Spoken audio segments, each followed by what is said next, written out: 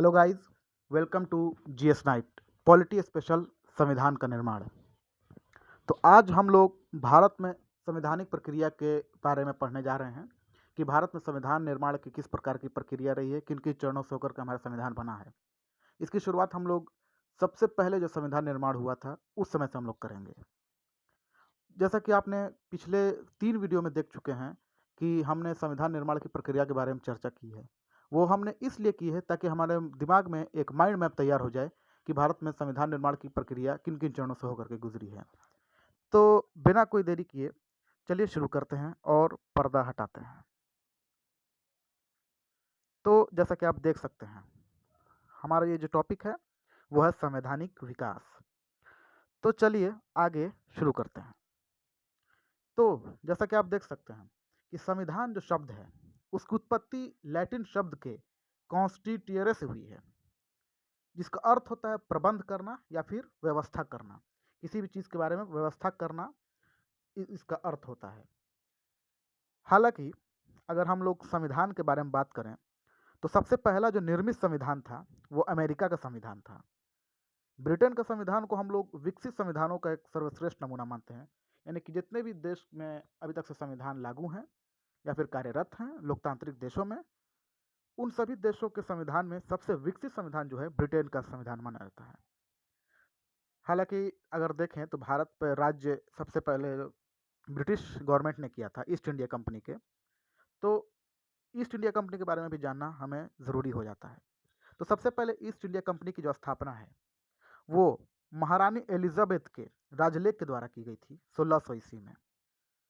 और इसी के साथ भारत में संवैधानिक निर्माण की प्रक्रिया शुरू हो गई थी। जब ईस्ट इंडिया कंपनी जब शुरुआत में भारत में आई थी तो उसका प्रमुख उद्देश्य यही था कि भारत में व्यापार करना है। लेकिन भारत के राजाओं की कमजोरी और आंतरिक मतभेद के कारण इनको भारत में राज करने का अवसर मिल गया और धीरे धीरे इन्होंने एक एक करके सभी राज्यों पर अपना आधिपत्य जमा लिया। जब इनका आधिपत्य पूरे देश में हो गया तब इन्होंने भारत में शासन चलाने के लिए एक सही तरीके से स्ट्रक्चर्ड वे में संविधान या फिर एक नियमों के पोटली के रूप में इन्होंने भारत के लोगों के लिए या फिर खुद के औपनिवेशिक हितों के लिए कुछ नियम बनाए। और वो नियम इन्होंने उस समय के हिसाब से तय किया था कि 20-20 सालों पर भारत में संविधान के निर्माण की प्रक्रिया रखी जाएगी कि सबसे पहले एक संविधान निर्माण लाया जाएगा। सबसे पहले भारत में एक संविधान का निर्माण किया जाएगा, छोटा सा अपने औपनिवेशिक हितों को पूरा करने के लिए, ना कि भारतीय लोगों के औपनिवेशिक हितों को पूरा करने के लिए। तो अपने औपनिवेशिक हितों को पूरा करने के लिए उनकी जितनी भी ज़रूरतें हो सकती थी उन्होंने उस प्रकार के संविधान में डाल दी। और उनमें अगर कुछ कमियां रह जाती हैं तो उसको छोटे छोटे एक्ट के द्वारा दूर किया जा सकता है। तो इन्हीं एक्ट में सबसे पहला जो एक्ट आता है जो भारत में अंग्रेज़ों के द्वारा संविधान का निर्माण के लिए, तो सबसे पहला जो है वो है रेगुलेटिंग एक्ट 1773। मतलब कि 1773 में अंग्रेज़ों के द्वारा एक एक्ट आया था जिसको रेगुलेटिंग एक्ट कहते हैं। अब इस एक्ट के बारे में जैसा कि हमने बात कर चुके हैं कि रेगुलेटिंग एक्ट जो है ब्रिटिश भारत का सबसे पहला लिखित संविधान था। ब्रिटिश भारत का सबसे पहला लिखित संविधान था उनके द्वारा, और इसी के द्वारा भारत में केंद्रीय प्रशासन की नींव रखी गई थी। इससे पहले सभी पूरे के पूरे देश में कुछ कुछ प्रेसिडेंसियाँ थी अंग्रेज़ों के द्वारा स्थापित की गई थी और उनके अलग अलग गवर्नर जनरल होते थे। लेकिन उसके बाद से जब से ये रेगुलेटिंग एक्ट 1773 आया उसके बाद से सब गवर्नर जनरल जितने भी होते हैं उन सभी के गवर्नर जनरलों को एक हेड गवर्नर जनरल बना दिया गया जो था बंगाल का गवर्नर जनरल। मतलब कि बंगाल के गवर्नर जनरल को बाकी सभी प्रेसिडेंटियों के गवर्नर जनरल का हेड बना दिया गया। और उस पहले बंगाल के जो गवर्नर था उसको सिर्फ गवर्नर कहते थे, लेकिन सभी प्रेसिडेंटियों के हेड बनाने के कारण उसको बंगाल का गवर्नर जनरल ना कहकर सिर्फ गवर्नर जनरल कहा जाने लगा। और रेगुलेटिंग एक्ट की जो महत्वपूर्ण बातें हैं उनमें सबसे महत्वपूर्ण जो आता है वो ये है कि 1774 में फोर्ट विलियम, मतलब कि उस समय का कोलकाता कोलकाता को उस समय हम लोग फोर्ट विलियम कहते थे। तो उस समय कोलकाता में एपेक्स न्यायालय, मतलब कि उच्चतम न्यायालय, सुप्रीम कोर्ट, अभी हम लोग सुप्रीम कोर्ट कहते हैं, उस समय हम लोग या फिर अंग्रेज जो थे उसको एपेक्स न्यायालय कहते थे। तो 1774 में एपेक्स न्यायालय की स्थापना की गई थी।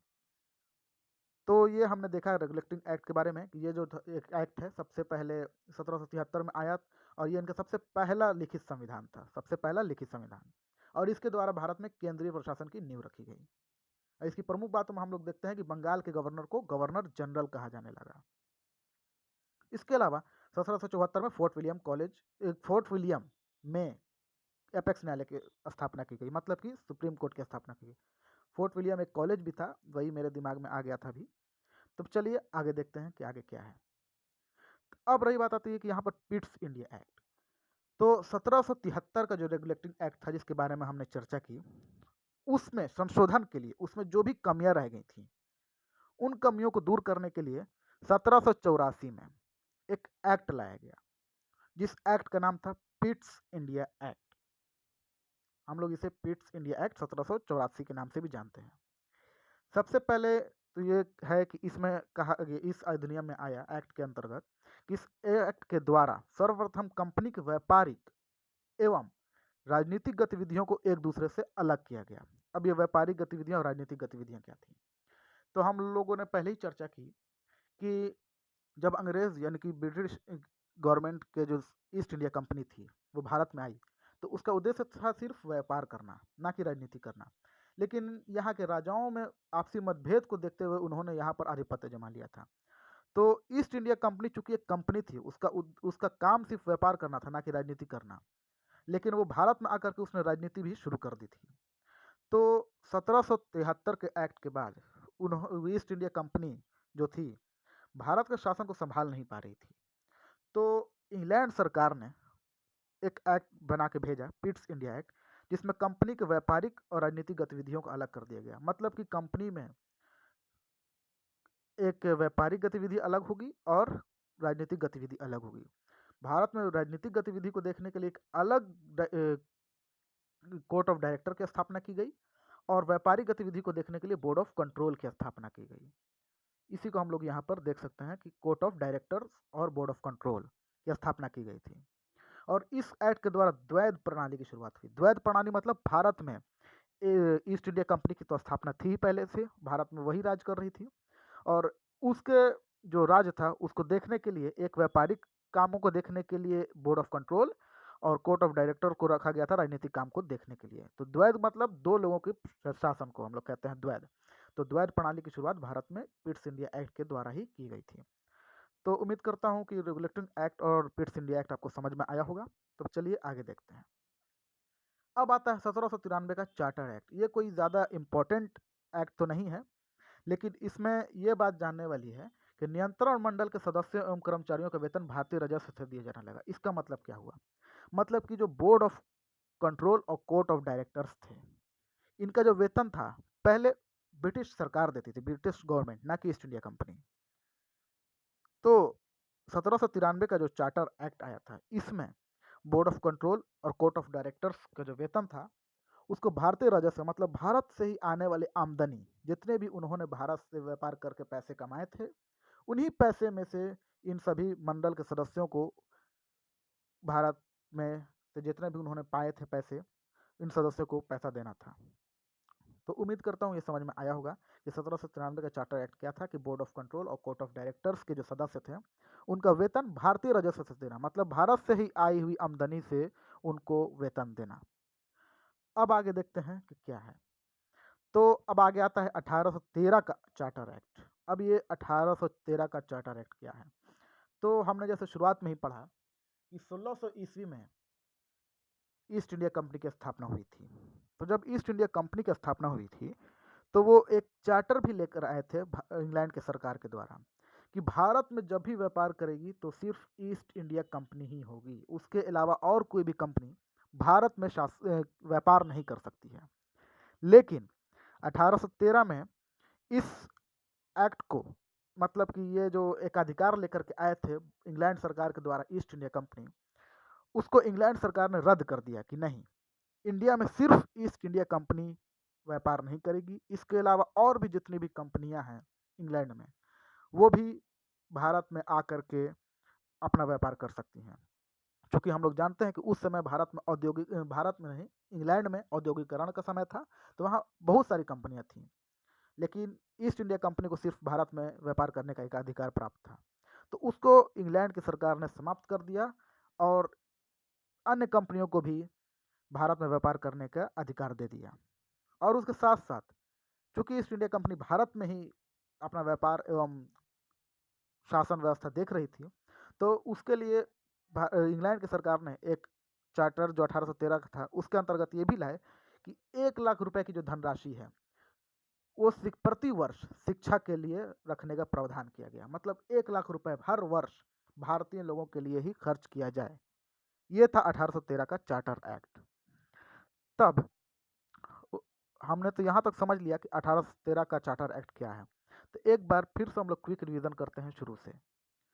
तो 1773 का रेगुलेटिंग एक्ट से हम लोग बात करते हैं।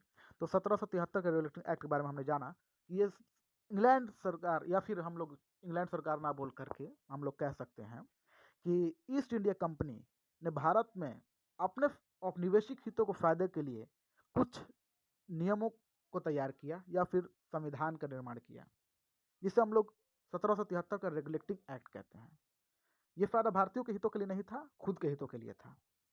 तो सबसे पहले 1773 का रेगुलेटिंग एक्ट आया था, जिसको हम लोग रेगुलेटिंग एक्ट 1773 भी कहते हैं।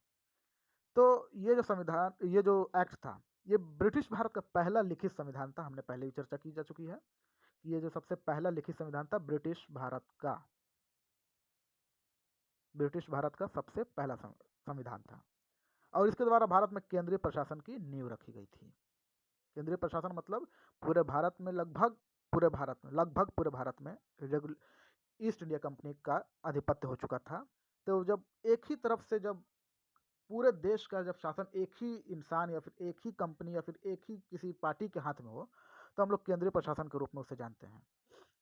तब उसके बाद आता है इसमें प्रमुख बातों में कि बंगाल के गवर्नर को गवर्नर जनरल कहा जाने लगा। इसका मतलब कि जब भारत में ईस्ट इंडिया कंपनी राज कर रही थी, तो बहुत सारी प्रेसिडेंसियाँ भी थीं, 3-4।